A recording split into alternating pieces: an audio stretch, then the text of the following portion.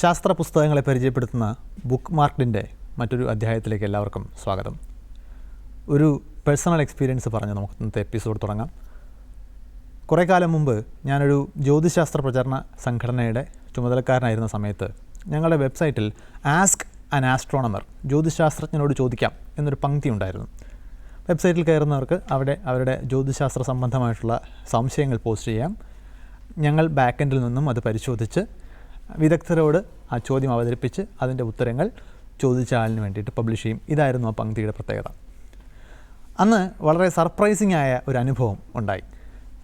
Ask an astronomer എന്ന് പറയുന്ന പങ്ക്തിയിലേക്ക് വന്ന ചോദ്യങ്ങളിൽ നല്ലൊരു പങ്ക് അവരവരുടെ ഭാവിയെക്കുറിച്ച് അറിയാനുള്ള സംശയങ്ങളായിരുന്നു. സ്വന്തം ഭാവിയോ അല്ലെങ്കിൽ മക്കളുടെയോ മറ്റോ ഭാവിയോ, അവർക്ക് ജോലി കിട്ടുമോ, വിവാഹം എപ്പോഴാണ് നടക്കാൻ പോകുന്നത്. ആദ്യമൊക്കെ ഈ ചോദ്യങ്ങൾ കുസൃതി ചോദ്യങ്ങളാണോ എന്ന് പോലും ഞങ്ങൾ സംശയിച്ചിരുന്നു. പക്ഷേ അങ്ങനെയല്ല. ഇന്ന് ഇത് പറയുമ്പോൾ വ്യക്തതയോടുകൂടി പറയാൻ സാധിക്കും, നമ്മുടെ നാട്ടിൽ ഭൂരിപക്ഷം ആളുകൾക്കും ജ്യോതിശാസ്ത്രവും ജ്യോതിഷവും തമ്മിലുള്ള വ്യത്യാസം അറിയില്ല. ഇത് രണ്ടും ഒന്ന് തന്നെയാണ് എന്നാണ് പലരും കരുതുന്നത്. ഇംഗ്ലീഷിൽ അവയെ ആസ്ട്രോണമി എന്നും ആസ്ട്രോളജി എന്നുമാണ് വിശേഷിപ്പിക്കാറ്. രണ്ട് വാക്കുകൾ തന്നെയാണ്. പക്ഷേ രണ്ടിലും ഒരുപാട് കാര്യങ്ങൾ പൊതുവായിട്ട് കേൾക്കാൻ സാധിക്കും. ഗ്രഹങ്ങളുടെ പേര്, ഗ്രഹങ്ങളുടെ ചലനത്തെ പറ്റിയിട്ടുള്ള കാര്യങ്ങൾ, അതുപോലെ ഗ്രഹണങ്ങൾ, എക്ലിപ്സസ് പോലുള്ള പ്രതിഭാസങ്ങൾ, ഇതെല്ലാം രണ്ട് മേഖലകളിലും കേൾക്കാൻ സാധിക്കും. അതുകൊണ്ട് ജ്യോതിഷം അല്ലെങ്കിൽ ജ്യോത്സ്യം പ്രാക്ടീസ് ചെയ്യുന്ന ആളുകളും ജ്യോതിശാസ്ത്രത്തിൽ ഇടപെടുന്ന ആളുകളും ഒരുപോലെ ഈ വാക്കുകൾ പ്രയോഗിക്കുന്നത് കൊണ്ട് തന്നെ ആകണം ഭൂരിപക്ഷം പൊതുജനങ്ങളുടെ ഇടയിലും ഇത് രണ്ടും ഒന്നാണ് എന്നൊരു തെറ്റിദ്ധാരണ നിലനിൽക്കുന്നത്.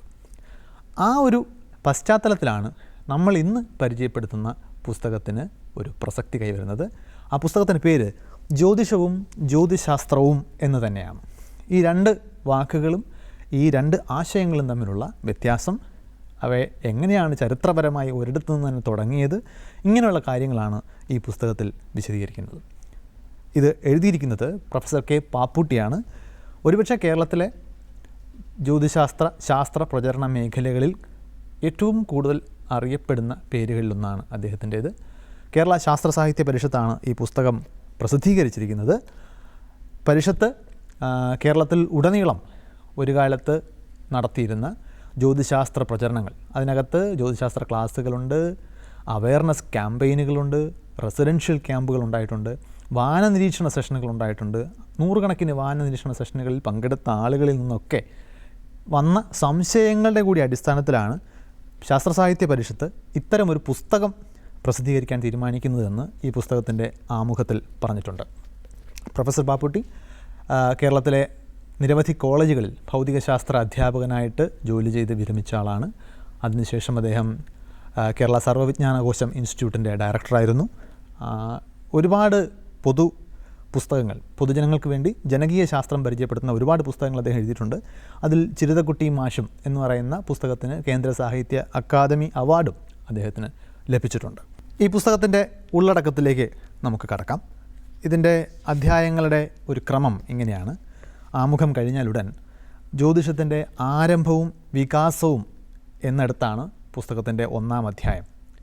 അത് കഴിഞ്ഞ് പ്രായഗണനയെക്കുറിച്ച്, അതിനുശേഷം ഗ്രഹങ്ങളുടെ ദേവസങ്കല്പവും ഫലഭാഗത്തിൻ്റെ ആവിർഭാവവും, അതിനുശേഷം ജ്യോതിഷം ക്രിസ്തുമതത്തിലും ഇസ്ലാമിലും, ജ്യോതിഷം ഇന്ത്യയിൽ, ജ്യോതിഷത്തിലെ ചില സാങ്കേതിക പദങ്ങളും വിശ്വാസഭാഗവും, അതിനുശേഷം ജ്യോതിഷവും ജ്യോതിശാസ്ത്രവും സംബന്ധിച്ച പ്രസക്തമായിട്ടുള്ള ചില ചോദ്യങ്ങളും അവയ്ക്കുള്ള ഉത്തരങ്ങളും. ഇങ്ങനെയാണ് ഈ പുസ്തകത്തിൻ്റെ പോക്ക്. ഇത് കണ്ടാൽ നമുക്ക് മനസ്സിലാക്കാവുന്ന ഏറ്റവും പ്രധാനപ്പെട്ട ഒരു കാര്യം, ഇതിനെക്കുറിച്ചിട്ടുള്ള ധാരണ നമ്മൾ പരിശോധിച്ചാൽ, പ്രത്യേകിച്ച് നമ്മുടെ നാട്ടിൽ ഇന്ന് ഒരുപാട് പേർ അവരുടെ ജീവിതത്തിൻ്റെ പല കാര്യങ്ങളും തീരുമാനമെടുക്കുന്നതിന് ജ്യോത്സ്യം അല്ലെങ്കിൽ ജ്യോതിഷം എന്ന് വിളിക്കുന്ന ആശയത്തിൻ്റെ ആശ്രിതത്വം ഉള്ളവരാണ്. ഇപ്പോൾ വിവാഹം കഴിക്കുന്ന കാര്യത്തിൽ, ജോലി തേടുന്ന കാര്യത്തിൽ ഒക്കെ ഇത് അന്വേഷിക്കുന്നവരാണ്. എന്നാൽ അതേസമയം തന്നെ സമൂഹത്തിൽ മറ്റൊരു വിഭാഗം ആളുകൾ ഇതിനെ തീർത്തും നിഷേധഭാവത്തോടു കൂടി കാണുന്നവരുമാണ്.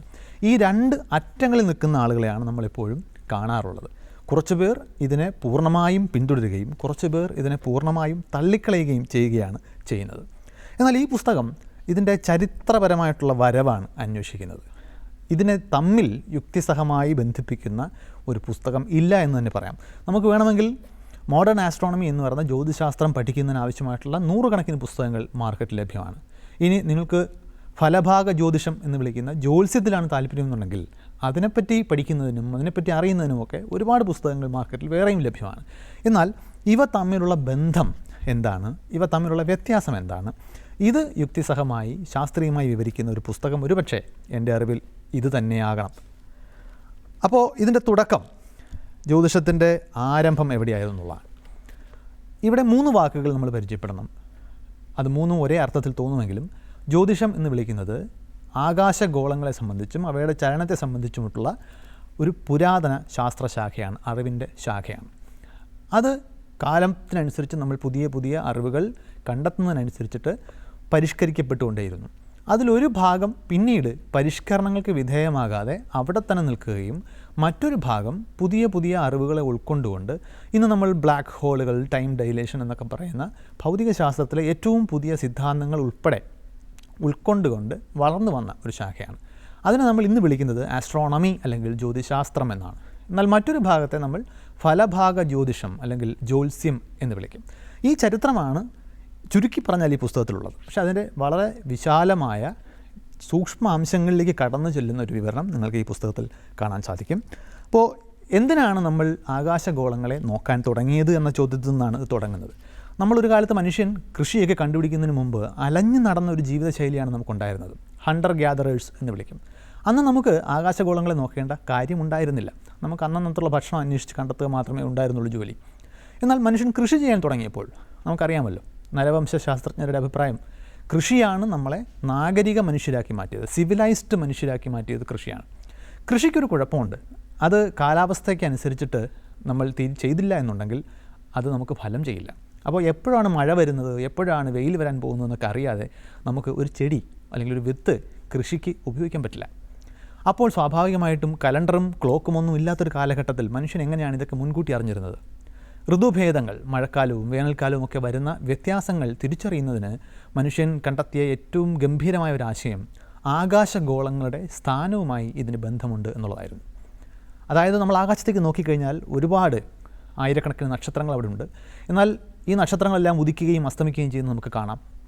ചില ആകാശവസ്തുക്കൾ നക്ഷത്രങ്ങളോടൊപ്പം ഒരുമിച്ച് ഉദിക്കുകയും അസ്തമിക്കുകയും ചെയ്യുകയല്ല, അവയുടെ സ്ഥാനം നക്ഷത്രങ്ങൾക്കനുസരിച്ച് മാറുന്നുണ്ട്. നക്ഷത്രങ്ങൾ നമുക്കൊരു പാറ്റേൺ നമ്മൾ കണ്ടെത്തി കഴിഞ്ഞാൽ അവ ആ സ്ഥിരമായ പാറ്റേണിൽ നിൽക്കുന്ന നമുക്ക് കാണാൻ കഴിയും. ഒരേ നീളത്തിലുള്ള 3 നക്ഷത്രങ്ങൾ നിങ്ങൾ നോക്കിക്കഴിഞ്ഞാൽ എല്ലാ കാലഘട്ടത്തിലും ആയിരക്കണക്കിന് വർഷങ്ങളായിട്ട് ആകാശത്തെ നക്ഷത്രങ്ങളുടെ പാറ്റേൺ ഇങ്ങനെ സ്ഥിരമായിട്ട് നിൽപ്പുണ്ട്. എന്നാൽ വിരലിലെണ്ണാവുന്ന കുറച്ച് ആകാശവസ്തുക്കൾ ഈ നക്ഷത്രങ്ങളെ അപേക്ഷിച്ച് മാറുന്നുണ്ട് സ്ഥാനത്തിൽ. അത് പതിയെയാണ്, നോക്കി നിൽക്കുമ്പോഴുള്ള മാറ്റമല്ല. നമ്മൾ ഉദിച്ചസ്തമിക്കുന്നത് ഒരു ചലനവും നക്ഷത്രങ്ങളെ അപേക്ഷിച്ച് വസ്തുക്കളുടെ സ്ഥാനത്തിൽ വരുന്ന ചലനം വ്യത്യാസം മറ്റൊന്നുമാണ്. ഇപ്പോൾ ഏറ്റവും നന്നായി തിരിച്ചറിയാൻ സാധിക്കുന്നത് ചന്ദ്രനെ നോക്കിയാലാണ്. ചന്ദ്രൻ ഇന്ന് ഏത് നക്ഷത്രങ്ങളുടെ അടുത്താണ് നിൽക്കുന്നതെന്ന് നോക്കി വെക്കുക. നാളെ നിങ്ങൾ ചന്ദ്രനെ നോക്കിയാൽ മറ്റൊരു കൂട്ടം നക്ഷത്രങ്ങളുടെ അടുത്തായിരിക്കും ചന്ദ്രൻ നിൽക്കുന്നത്. ഇതേ കാര്യം മറ്റ് ഗ്രഹങ്ങൾക്കും, അതായത് ബുധൻ, ശുക്രൻ, ശനി എന്നൊക്കെ നമ്മൾ വിളിക്കുന്ന ഗ്രഹങ്ങൾക്കും ബാധകമാണ്. ഇത് ആയിരക്കണക്കിന് വർഷങ്ങൾക്ക് മുമ്പ് തന്നെ മനുഷ്യർ തിരിച്ചറിഞ്ഞിരുന്നു. ഈ ഗ്രഹങ്ങൾ എന്ന വാക്ക്, പ്ലാനറ്റ് എന്ന് പറയുന്ന വാക്ക് വരുന്നത് തന്നെ അലഞ്ഞു തിരിയുന്ന നക്ഷത്രങ്ങൾ എന്ന ഗ്രീക്ക് പദത്തിൽ നിന്നാണ്. വെറുതെയല്ല ഈ അലഞ്ഞു തിരിയുന്ന നക്ഷത്രങ്ങളെ പണ്ടുള്ളവർ നോക്കിയത്.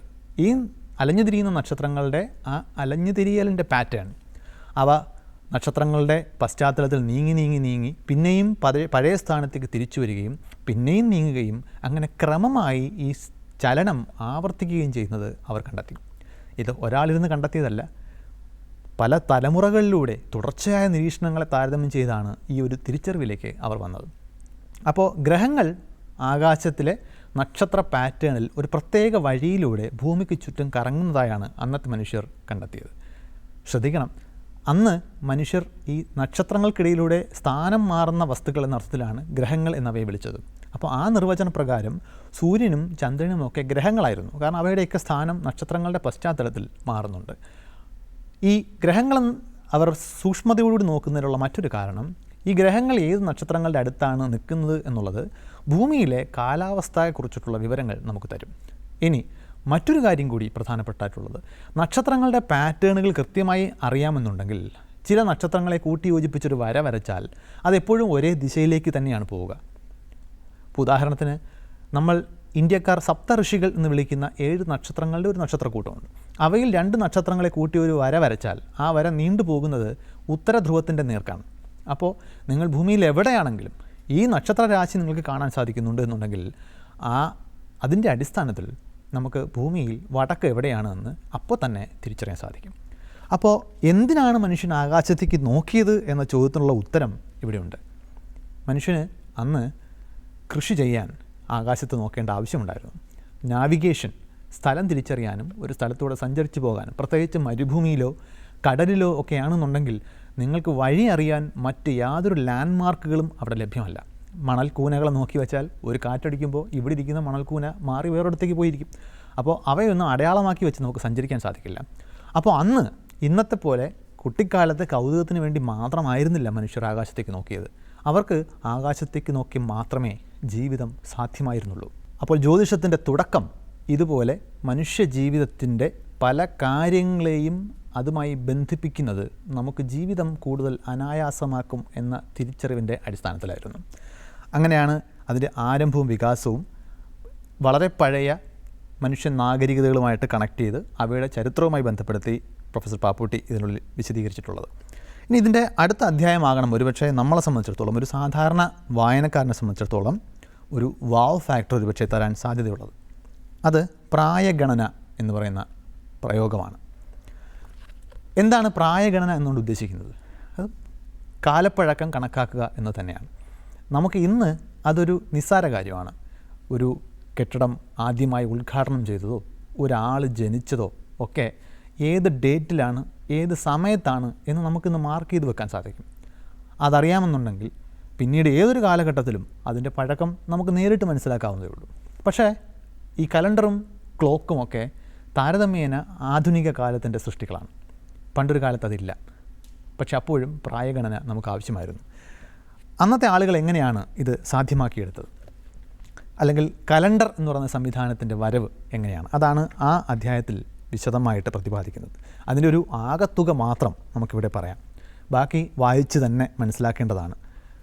നമ്മൾ നേരത്തെ പറഞ്ഞതുപോലെ ഗ്രഹങ്ങൾ എന്ന് പറയുന്ന വസ്തുക്കൾ, നമ്മൾ ഇന്ന് ഗ്രഹങ്ങളെന്ന് വിളിക്കുന്നത്, അല്ലെങ്കിൽ ഇന്നൊരു സ്കൂൾ കുട്ടി ഗ്രഹങ്ങൾ അല്ലെങ്കിൽ പ്ലാനറ്റ്സ് എന്ന് പറഞ്ഞ് പരിചയപ്പെടുത്തുന്ന വസ്തുക്കളെ അല്ല ഇവിടെ ഉദ്ദേശിക്കുന്നത്. ക്ലാസിക്കൽ പ്ലാനറ്റ്സ് എന്നാണ് ഇംഗ്ലീഷിൽ അവയെ വിശേഷിപ്പിക്കുന്നത്. അതായത് നക്ഷത്രങ്ങളെ അപേക്ഷിച്ച് സ്ഥാനം മാറുന്ന വസ്തുക്കൾക്ക് പണ്ടുള്ളവർ കൊടുത്ത പേരാണത്. അത് ഭൂമിക്ക് ചുറ്റും കറങ്ങുന്നത് അങ്ങനെ റാൻഡമായിട്ടല്ല എന്നും, ഭൂമിയെ എല്ലാ ഭാഗത്തും പൊതിഞ്ഞിരിക്കുന്ന ഒരു കുട പോലെ നിങ്ങൾക്ക് ആകാശത്തെ കാണാമെന്നുണ്ടെങ്കിൽ ആ ആകാശത്ത് ഭൂമിക്ക് ചുറ്റുമുള്ള ഒരു ഒരു ബാൻഡ് സങ്കല്പിച്ചാൽ ആകാശത്തിലെ ആ ഒരു ബാൻഡിലാണ് എപ്പോഴും ഗ്രഹങ്ങളുണ്ടാവുക. അതിൻ്റെ കാരണം അന്ന് അവർക്കറിയില്ലായിരുന്നു. പക്ഷേ ഇന്ന് നമുക്കറിയാം. സോളാർ സിസ്റ്റം എന്ന് പറയുന്ന സൗരയൂഥത്തിൽ സൂര്യന് ചുറ്റും ഗ്രഹങ്ങൾ ഏതാണ്ട് ഒരേ പ്ലെയിനിലാണ് കറങ്ങുന്നത്. അതങ്ങനെ ഉണ്ടാകുന്നതിന് ഫിസിക്സിൽ വ്യക്തമായ കാരണങ്ങളുമുണ്ട്. അപ്പോൾ അതുകൊണ്ട് തന്നെ ആകാശത്തെ ഒരു പ്രത്യേക ബാൻഡിലാണ് ഗ്രഹങ്ങൾ എപ്പോഴും ഉണ്ടാവുക. ആ ബാൻഡിനെ സോഡിയാക്ക് എന്നാണ് വിളിക്കുക. ഈ സോഡിയാക്കിനെ പണ്ടുള്ളവർ 12 തുല്യ ഭാഗങ്ങളായിട്ട് വീതിച്ചു. ഇന്ന് നമ്മൾ ഒരു അനലോഗ് ക്ലോക്കിലേക്ക് നോക്കിക്കഴിഞ്ഞാൽ അതിൻ്റെ ഒരു നേരിട്ടുള്ള റിഫ്ലക്ഷൻ നിങ്ങൾക്ക് കാണാൻ സാധിക്കും. ആ ക്ലോക്കിൻ്റെ ഡയലിനെ നമ്മൾ 12ആയിട്ട് വീതിച്ചിട്ടുണ്ട്. എന്തിനാണത്? സൂചിയുടെ സ്ഥാനം എവിടെയാണ് എന്നറിയുന്നതിനാണ് ആ 12 സെഗ്മെൻറ്റുകൾ. അതിൻ്റെ അടിസ്ഥാനത്തിൽ സമയം പറയാനാണ്. ഇത് ആകാശത്താണ് നമ്മൾ ആദ്യം തുടങ്ങുന്നത്. ഈ സോഡിയാക്കിനെ 12 ഭാഗങ്ങളായിട്ട് വീതിച്ച് അവയിൽ കാണപ്പെടുന്ന നക്ഷത്രങ്ങളെ കൂട്ടിയോജിപ്പിച്ച് ഒരു ചിത്രം സങ്കല്പിച്ച് അവയ്ക്ക് പേരും കൊടുത്തു. അങ്ങനെയാണ് കോൺസ്റ്റലേഷൻസ്, നക്ഷത്രഗണങ്ങൾ എന്ന് പറയുന്ന ആശയം ഉണ്ടാകുന്നത്. അങ്ങനെ ഭൂമിക്ക് ചുറ്റും ഗ്രഹങ്ങൾ പോകുന്ന, സൂര്യനും ഒക്കെ ആ കൂട്ടത്തിൽ വരുമെന്ന് ആലോചിക്കണം. അന്ന് ഭൂമി കേന്ദ്രത്തിലും ഇവയെല്ലാം നമുക്ക് ചുറ്റുമാണ് പോകുന്നത് എന്നാണ് കരുതിയിരുന്നത്. ഈ ഭൂമിക്ക് ചുറ്റും ഈ ഗ്രഹങ്ങൾ സഞ്ചരിക്കുന്ന സോഡിയാക്കിലെ ഈ 12 ഭാഗങ്ങളെയാണ് സോഡിയാക്കൽ കോൺസ്റ്റലേഷൻസ് എന്ന് വിളിച്ചിരുന്നത്. ഇന്ത്യൻ ആസ്ട്രോണമിയിലേക്ക് വരുമ്പോൾ അതിനെ രാശികൾ എന്ന് വിളിക്കുകയും സോഡിയാക്കിനെ രാശിചക്രം എന്ന് വിളിക്കുകയും ചെയ്തു. എന്തിനാണെന്ന് വെച്ചാൽ ഈ ഗ്രഹങ്ങൾ ഭൂമിക്ക് ചുറ്റും കറങ്ങുന്നത് പലതും പല വേഗത്തിലാണ്. ഒരു ക്ലോക്കിലെ സൂചികൾ, സെക്കൻഡ് സൂചി, മിനിറ്റ് സൂചി, മണിക്കൂർ സൂചി, ഇത് മൂന്ന് വേഗത്തിൽ പോകുന്നത് പോലെ പല ഗ്രഹങ്ങൾ പല വേഗത്തിലാണ് ഭൂമിക്ക് ചുറ്റും കറങ്ങിയിരുന്നത്. ഇപ്പോൾ ചന്ദ്രൻ 1 മാസം കൊണ്ടാണ് ഒരു കറക്കം പൂർത്തിയാക്കിയിരുന്നത്. സൂര്യനാണെങ്കിൽ 1 വർഷം കൊണ്ടാണ്. എന്നാൽ വ്യാഴം എന്ന് പറയുന്ന ഗ്രഹത്തെ എടുത്തു കഴിഞ്ഞാൽ അതിന് 12 വർഷം വേണം. അങ്ങനെയാണ് മലയാളത്തിൽ വ്യാഴവട്ടക്കാലം എന്ന് പറയുന്നത് 12 വർഷം ചേർന്ന ഒരു കാലയളവായിട്ട് മാറിയത്. അപ്പോൾ ഈ ഗ്രഹങ്ങൾ രാശിചക്രത്തിലൂടെ കറങ്ങാൻ എത്ര സമയമെടുക്കും എന്ന് നമുക്കറിയാമെന്നുള്ളത് കൊണ്ട് തന്നെ ഒരു പ്രത്യേക സമയത്ത് ഒരു പ്രത്യേക സ്ഥലത്ത് നിന്ന് നോക്കുമ്പോൾ ആകാശത്ത് ഗ്രഹങ്ങൾ ഏതൊക്കെ രാശികളിലാണ്, ഏതൊക്കെ സോഡിയാക്കൽ കോൺസ്റ്റലേഷനുകളിലാണ് നിൽക്കുന്നത് എന്ന് മാർക്ക് ചെയ്ത് വച്ചാൽ പിന്നീടൊരു കാലത്ത് അപ്പോഴത്തെ ഈ ഗ്രഹങ്ങൾ ഏതൊക്കെ പുതിയ കോൺസ്റ്റലേഷനുകളിലേക്ക് മാറിയിട്ടുണ്ട് എന്ന് ചെക്ക് ചെയ്ത് പഴയ സ്റ്റാറ്റസുമായി അവയെ താരതമ്യം ചെയ്താൽ എത്ര സമയം കടന്നുപോയി എന്നറിയാൻ പറ്റും. ഇപ്പോൾ ഒരു കുഞ്ഞ് ജനിക്കുമ്പോൾ, ഒരു രാജാവിനൊരു കുഞ്ഞ് ജനിക്കുമ്പോൾ രാജകുമാരൻ ജനിച്ച ദിവസം വ്യാഴം എന്ന് പറയുന്ന ഗ്രഹം അല്ലെങ്കിൽ ജൂപ്പിറ്റർ, പുരാതന ഇന്ത്യൻ ജ്യോതിശാസ്ത്രത്തിൽ അതിനെ ഗുരു എന്നാണ് വിളിക്കുന്നത്, ആ ഗുരു എവിടെയാണ് നിൽക്കുന്നത് എന്ന് മാർക്ക് ചെയ്ത് വെച്ചാൽ കുറേ കാലം കഴിയുമ്പോൾ ഗുരു 10 കോൺസ്റ്റലേഷനുകൾ മാറിയിട്ടുണ്ട് എന്നുണ്ടെങ്കിൽ രാജകുമാരന് ഏതാണ്ട് 10 വയസ്സായിട്ടുണ്ട് എന്ന് നമുക്ക് കണക്കാക്കാൻ പറ്റും. എല്ലാ ഗ്രഹങ്ങളുടെയും സ്ഥാനം ഇതുപോലെ നോക്കിക്കഴിഞ്ഞാൽ എത്ര സമയം കടന്നുപോയി എന്ന് ഏതാണ്ട് 20 മിനിറ്റിൻ്റെ വരെ ആക്യുറസിയിൽ നമുക്ക് അതിലൂടെ പറയാൻ സാധിക്കും. ഈ ടെക്നിക്കിന് ഒരു പേരുണ്ട്. ഇംഗ്ലീഷിൽ ഹോറോസ്കോപ്പ് എന്നും മലയാളത്തിൽ ഗ്രഹനില എന്നുമാണ് അതിനെ വിളിക്കുന്നത്. ഇതിൻ്റെ ബ്രില്യൻസ് എന്ന് പറയുന്നത് കലണ്ടറോ ക്ലോക്കോ ഒന്നുമില്ലാതിരുന്നൊരു കാലഘട്ടത്തിൽ നേരത്തെ പറഞ്ഞതുപോലെ മണിക്കൂറുകളുടെ കൃത്യതയിൽ കാലം കടന്നു പോകുന്നതിനെ നിങ്ങൾക്ക് കൃത്യമായി മാർക്ക് ചെയ്ത് വെക്കാൻ കഴിയും എന്നുള്ളതാണ്. അതുകൊണ്ട് തന്നെ ഗ്രഹനില എന്ന് പറയുന്നത് വളരെ ഒരുപക്ഷെ മനുഷ്യ ചരിത്രത്തിലെ ഏറ്റവും മികച്ച കണ്ടെത്തലുകളിൽ ഒന്നാണ്. സൗരയൂഥത്തിലെ ഗ്രഹങ്ങൾ ഏതൊക്കെയാണ്? എല്ലാവർക്കും അറിയാം. ബുധൻ, ശുക്രൻ, ഭൂമി, ചൊവ്വ, വ്യാഴം, ശനി, യുറാനസ്, നെപ്റ്റ്യൂൺ. എന്നാൽ ജ്യോതിഷത്തിലെ നവഗ്രഹങ്ങളിൽ ഇവയെല്ലാം പെടില്ല. യുറാനസിനെയും നെപ്റ്റ്യൂണിനെയും പ്രാചീനർ കണ്ടിട്ടില്ല. അവർക്ക് പ്രപഞ്ചത്തിന്റെ കേന്ദ്രം ഭൂമിയായിരുന്നു താനും. സൂര്യനെ ചുറ്റി സഞ്ചരിക്കുന്ന ഗോളങ്ങൾ എന്ന അർത്ഥത്തിലല്ല പ്രാചീനർ ഗ്രഹം എന്നുപയോഗിച്ചത് എന്നു വ്യക്തം. പിന്നെ എന്താവാം? നക്ഷത്രമണ്ഡലത്തിലൂടെ അലയുന്നവ എന്നാകണം അർത്ഥം. ഭൂമിയുടെ ഭ്രമണം മൂലം എല്ലാ നക്ഷത്രങ്ങളും കിഴക്കുതിച്ച് പടിഞ്ഞാറ് അസ്തമിക്കുന്നതായി കാണപ്പെടുന്നു. എല്ലാം ഒരേ വേഗത്തിലാണ് സഞ്ചരിക്കുക. അവ തമ്മിൽ ആപേക്ഷിക ചലനവുമില്ല. എന്നാൽ മറ്റു ചില ആകാശഗോളങ്ങൾ നക്ഷത്രമണ്ഡലത്തിലൂടെ ആപേക്ഷിക ചലനവും നടത്തുന്നുണ്ട്. ഉദാഹരണത്തിന്, ചന്ദ്രൻ കിഴക്കുതിച്ച് പടിഞ്ഞാറ് അസ്തമിക്കുമ്പോൾ തന്നെ ഓരോ ദിവസവും ഏതാണ്ട് 13 ഡിഗ്രി കിഴക്കോട്ട് നീങ്ങുന്നുണ്ട്. സൂര്യൻ ഓരോ ദിവസവും 1 ഡിഗ്രി വെച്ച് നീങ്ങുന്നുണ്ട്. ഇത്തരം സഞ്ചാരികളെ പ്രാചീനർ ഗ്രഹം എന്നു വിളിച്ചു. ചുരുക്കത്തിൽ ജ്യോതിഷത്തിലെ നവഗ്രഹങ്ങളിൽ ഗ്രഹങ്ങൾ 5 ഉള്ളൂ: ബുധൻ, ശുക്രൻ, ചൊവ്വ, വ്യാഴം, ശനി. ബാക്കി 4 സൂര്യൻ, ചന്ദ്രൻ, രാഹു, കേതു ഇവയാണ്. രാഹുകേതുക്കൾ എന്താണെന്ന് നോക്കാം. ഭൂമിക്ക് ചുറ്റുമായി ചന്ദ്രൻ സഞ്ചരിക്കുന്ന പാതയെ ചന്ദ്രപഥമെന്നും സൂര്യന്റെ പാതയെ ക്രാന്തിപഥമെന്നും പറയുന്നു. ഭൂമി സൂര്യനെ ചുറ്റുമ്പോൾ നമുക്ക് സൂര്യൻ നക്ഷത്രമണ്ഡലത്തിലൂടെ ഭൂമിയെ ചുറ്റുന്നതായി തോന്നുന്നു. ഈ സാങ്കല്പിക പാത മാത്രമാണ് ക്രാന്തിപഥം എന്നു മറക്കരുത്. ക്രാന്തിപഥവും ചന്ദ്രപഥവും ഏകദേശം ഒരേ വഴിയിലാണ്. എന്നാൽ അവ തമ്മിൽ 5 ഡിഗ്രി 9 മിനിറ്റിന്റെ ചരിവുണ്ട്. അതിനാൽ 2 സ്ഥാനങ്ങളിൽ അന്യോന്യം മുറിച്ചു കടക്കും. മുറിച്ചു കടക്കുന്നതും തോന്നലാണ്. ഈ 2 സ്ഥാനങ്ങളെ രാഹുവെന്നും കേതുവെന്നും പേരിട്ട് വിളിച്ചു. സൂര്യചന്ദ്രന്മാർ ആ സ്ഥാനങ്ങളിലെത്തുമ്പോഴാണ് ഗ്രഹണം സംഭവിക്കുക.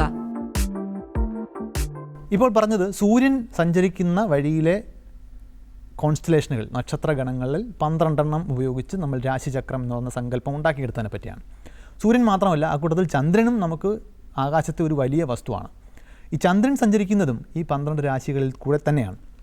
പക്ഷേ ചന്ദ്രന് 1 മാസം കൊണ്ട് ഭൂമിക്ക് ചുറ്റും ഒരു തവണ കറങ്ങി വരാൻ പറ്റും. അപ്പോൾ ഇത് കൃത്യമായി പറഞ്ഞാൽ 27 ദിവസങ്ങളാണ്, 27.3 ദിവസങ്ങൾ. അപ്പോൾ മറ്റൊരു വിഭാഗം ആളുകൾ ചെയ്തത് ഈ ചന്ദ്രൻ കറങ്ങി വരുന്ന ഈ പാതയെ, അതും ഇതേ രാശിചക്രത്തിൽ കിടക്കുന്ന സ്ഥലമാണ്, അതിനെ ഈ ചന്ദ്രൻ്റെ ഓരോ ദിവസവുമുള്ള സ്ഥാനം വെച്ചിട്ട് 27 ഭാഗങ്ങളായിട്ട് വീതിച്ചു. അവയാണ് നമ്മൾ ജന്മനക്ഷത്രങ്ങൾ എന്ന് വിളിക്കുന്നത്. ചന്ദ്രൻ്റെ ജന്മനക്ഷത്രങ്ങൾ എന്ന അളവ്. ഇപ്പോൾ ഒരു കുഞ്ഞ് ജനിക്കുമ്പോൾ ചന്ദ്രൻ ഏത് നക്ഷത്രത്തിനടുത്താണ് നിൽക്കുന്നത് ആ ഭാഗത്തിനൊരു പേരുണ്ടാവും. അതിനെയാണ് നമ്മൾ പൊതുവിൽ അശ്വതി, ഭരണി, കാർത്തിക, രോഹിണി എന്നൊക്കെയുള്ള പേരുകൾ കൊടുത്തിരിക്കുന്നത്. 27 ദിവസങ്ങൾക്ക് ഇങ്ങനെ 27 പേരുകൾ. അപ്പോൾ കുഞ്ഞ് ജനിക്കുന്ന സമയത്ത് ചന്ദ്രൻ അശ്വതി നക്ഷത്രത്തിനടുത്തായിരുന്നു എന്നുണ്ടെങ്കിൽ അടുത്ത ദിവസം ചന്ദ്രൻ അശ്വതിയിൽ നിന്നും ഭരണിയിലേക്ക് പോകും. പിന്നെ കാർത്തിക, രോഹിണി, മകയിരം, പുണർദം, പൂവയം എന്നിങ്ങനെ ഓരോ ദിവസം കടന്നു പോകുന്നതിനനുസരിച്ചിട്ട് ചന്ദ്രൻ പുതിയ പുതിയ നക്ഷത്രങ്ങളുടെ അടുത്തേക്ക് നീങ്ങി പോകും. 27ാമത്തെ ദിവസം രേവതി എന്ന് പറയുന്ന നക്ഷത്രത്തിലെത്തുകയും 28ാമത്തെ ദിവസം പിന്നെയും അശ്വതി എന്ന് പറയുന്ന നക്ഷത്രത്തിനടുത്തേക്ക് എത്തുകയും ചെയ്യും. അപ്പോൾ ചന്ദ്രൻ്റെ ഒരു വട്ടം പൂർത്തിയായി എന്നാണ്. ചന്ദ്രനെ അനുസരിച്ചിട്ടാണ് നമ്മൾ മാസം എന്ന് പറയുന്ന ആശയം ഉണ്ടാക്കിയിരിക്കുന്നത്. ഇംഗ്ലീഷിൽ മൂൺ എന്ന് പറയുന്ന വാക്കും മന്ത് എന്ന് പറയുന്ന വാക്കും മെൻസസ് എന്ന് പറയുന്ന വാക്കും ഒക്കെ ഒരേ വാക്കിൽ നിന്നുണ്ടായ വാക്കുകളാണ്. നിങ്ങൾ നോക്കിക്കഴിഞ്ഞാൽ ഇതിന് മാസത്തിൻ്റെ കാലയളവുമായിട്ട് അഭേദ്യമായിട്ടുള്ള ബന്ധം കാണാം. അപ്പോൾ കുഞ്ഞിന് ഒരു മാസം പ്രായമായതായി മനസ്സിലാക്കാൻ നമ്മൾ അന്ന് ഉപയോഗിച്ചിരുന്ന ഒരു ചെറിയ സാങ്കേതിക വിദ്യയുണ്ട്. അത് കുഞ്ഞിൻ്റെ അരയിൽ 28ാമത്തെ ദിവസം ഒരു നൂല് കെട്ടിക്കൊടുക്കുക എന്നുള്ളതാണ്. ഇന്നും നമ്മളത് ആചരിക്കുന്നുണ്ട് പലയിടങ്ങളിലും. പക്ഷേ ഇതെന്തിനാണ് എന്ന് അറിഞ്ഞിട്ട് ചെയ്യുന്നവർ എത്ര പേരുണ്ടെന്ന് നമ്മൾ ഓരോരുത്തരും അന്വേഷിച്ച് നോക്കണം. സത്യത്തിൽ നമ്മളവിടെ ഒരു ചന്ദ്രനെ അടിസ്ഥാനപ്പെടുത്തിയിട്ടുള്ള കലണ്ടറാണ് പിന്തുടരുന്നത്. അതിനെ നമ്മൾ ലൂണാർ കലണ്ടർ എന്ന് വിളിക്കും. എന്നാൽ സൂര്യനെ അടിസ്ഥാനപ്പെടുത്തിയിട്ടുള്ള കലണ്ടറും നമ്മൾ ഉപയോഗിക്കുന്നുണ്ട്. അതിൻ്റെ അടിസ്ഥാനത്തിലാണ് നമ്മൾ മേടമാസം, ഇടവമാസം എന്നൊക്കെ പറയുന്നത്. മേടരാശിയിൽ സൂര്യൻ ചെലവഴിക്കുന്ന ഒരു മാസത്തെയാണ് നമ്മൾ മേടമാസം എന്ന് വിളിക്കുന്നത്. അപ്പോൾ സൂര്യനെ അടിസ്ഥാനപ്പെടുത്തിയിട്ടുള്ള സൗര കലണ്ടറും ചന്ദ്രനെ അടിസ്ഥാനപ്പെടുത്തിയിട്ടുള്ള ചാന്ദ്ര കലണ്ടറും ഒക്കെ ലോകത്തിൻ്റെ പല ഭാഗങ്ങളിൽ ഉപയോഗത്തിലുണ്ട്. ഇപ്പോൾ ഉദാഹരണത്തിന് അറബി നാടുകളിൽ സൂര്യനെ അടിസ്ഥാനപ്പെടുത്തിയിട്ടുള്ള കലണ്ടറിനേക്കാൾ അവർ കൂടുതൽ സൗകര്യത്തോടുകൂടി കണ്ടത് ചന്ദ്രനെ അടിസ്ഥാനപ്പെടുത്തിയിട്ടുള്ള കലണ്ടറാണ്. ഹിജറ വർഷത്തിൽ ചന്ദ്രൻ്റെ വൃദ്ധിക്ഷയങ്ങളെ അടിസ്ഥാനപ്പെടുത്തിയിട്ടാണെന്ന് കാണാം. ഇപ്പോഴും നമ്മൾ ചന്ദ്രൻ്റെ പിറ കാണുന്നതുമായിട്ടൊക്കെ ബന്ധപ്പെട്ട് വർഷാരംഭം പറയുന്നത് നിങ്ങൾ ശ്രദ്ധിച്ചിട്ടുണ്ടാകും. സൂര്യൻ കൃഷി ചെയ്യുന്ന സ്ഥലങ്ങളിൽ കൂടുതൽ പ്രധാനപ്പെട്ടതാണ്. കാരണം സൂര്യനെ അടിസ്ഥാനപ്പെടുത്തിയിട്ടാണ് നമ്മുടെ ഋതുഭേദങ്ങൾ ഉണ്ടാകുന്നത്. അറബി നാടുകൾ കൃഷി പ്രായോഗികമായ ഒന്നല്ല എന്നുള്ളതുകൊണ്ട് തന്നെ അവർക്ക് കൂടുതൽ പെട്ടെന്ന് കാഴ്ചയ്ക്ക് തിരിച്ചറിയാൻ സാധിക്കുന്ന ചന്ദ്രനെ അടിസ്ഥാനപ്പെടുത്തിയിട്ടുള്ള കലണ്ടറായിരുന്നു അന്ന് സൗകര്യം. ഇന്ന് ഇതെല്ലാം തന്നെ ഗ്രിഗോറിയൻ കലണ്ടർ എന്ന് പറയുന്ന ഒരു പൊതു സിവിൽ കലണ്ടറിലേക്ക് നമ്മൾ വന്നിട്ടുണ്ട് എന്നുള്ളത് പിന്നീടുള്ള ആധുനിക കാലഘട്ടത്തിൻ്റെ ചരിത്രം മാത്രമാണ്. അപ്പോൾ ഇത്രയും പറഞ്ഞതിൽ നിന്ന് നമുക്ക് മനസ്സിലാക്കാവുന്നൊരു കാര്യം, ഇതൊന്നും ഒരു അന്ധവിശ്വാസമായിട്ട് തുടങ്ങിയതല്ല. മനുഷ്യ ചരിത്രത്തിലെ വളരെ നിർണായകമായിട്ടുള്ള ചില കണ്ടെത്തലുകൾ തന്നെയാണിത് വന്നത്. ഇതിനുള്ളിലേക്ക് എങ്ങനെയാണ് ഫലഭാഗ ജ്യോതിഷം എന്ന് പറയുന്ന മനുഷ്യൻ്റെ ഓരോ വ്യക്തിയുടെയും ഭാവി ജീവിതത്തിൽ ഇതിന് ബന്ധമുണ്ട് എന്ന ആശയം വന്നത് എന്നതിൻ്റെ ചരിത്രവും ഈ പുസ്തകത്തിൽ വിവരിക്കുന്നുണ്ട്. അതൊരു നീണ്ട ചരിത്രമാണ്. ഇവിടെ അതിൻ്റെ ശാസ്ത്രം മാത്രമാണ് പറഞ്ഞത്. ഈ പുസ്തകത്തിൽ അത് പല ഭാഗങ്ങളിൽ എങ്ങനെ നിന്നുവെന്നും പല സംസ്കാരങ്ങൾ അത് അങ്ങോട്ടും ഇങ്ങോട്ടും എങ്ങനെ കൊടുക്കൽ വാങ്ങലുകൾ നടത്തി എന്നും വിശദമായിട്ട് എഴുതിയിട്ടുണ്ട്. ഇതിൽ ഇന്ത്യയിൽ തുടങ്ങിയ ആശയങ്ങളുണ്ട്. ബാബിലോണിയ പോലുള്ള പഴയ സ്ഥലങ്ങളിൽ തുടങ്ങി പല സ്ഥലങ്ങളിലൂടെ സഞ്ചരിച്ച് ഇവിടെ വരികയും നമ്മുടെ സംസ്കാരത്തിനനുസരിച്ച് രൂപമാറ്റം സംഭവിക്കുകയും ചെയ്ത ആശയങ്ങളുണ്ട്.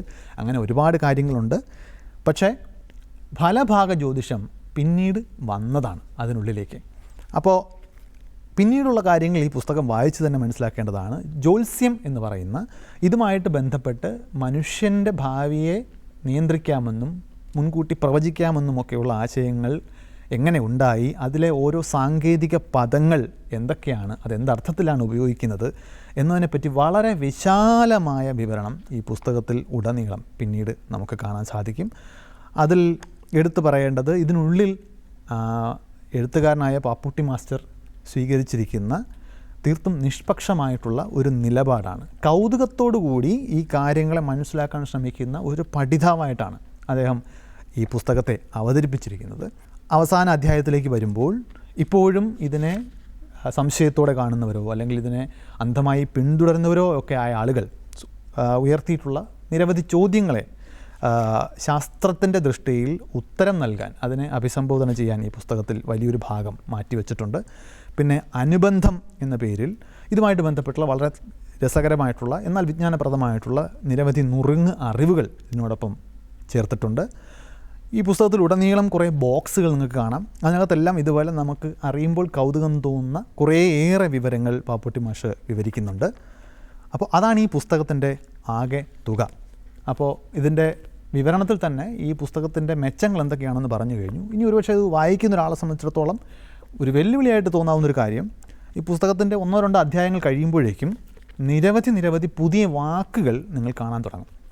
പ്രത്യേകിച്ച് ജ്യോതിഷത്തിൽ ഉപയോഗിക്കുന്ന സാങ്കേതിക പദങ്ങൾ, 100 കണക്കിന് പുതിയ വാക്കുകൾ ഉണ്ടാകും. വായിച്ച് മുമ്പോട്ട് പോകുമ്പോൾ ചിലപ്പോൾ ആ വാക്കുകളെല്ലാം നമുക്ക് ഒരു ഇൻഫർമേഷൻ ഓവർലോഡ് ആയിട്ട് അനുഭവപ്പെടാനുള്ള സാധ്യതയുണ്ട്. പക്ഷേ അത് ഒരു റെഫറൻസ് പുസ്തകം എന്ന നിലയിൽ ആ ഭാഗങ്ങളെ കാണുകയാണെന്നുണ്ടെങ്കിൽ ആ ഒരു വായന അനുഭവം എന്ന കാര്യത്തെ നമുക്ക് തൽക്കാലം അവഗണിക്കാവുന്നതേ ഉള്ളൂ. അപ്പോൾ അതാണ് ജ്യോതിഷവും ജ്യോതിശാസ്ത്രവും എന്ന പുസ്തകം.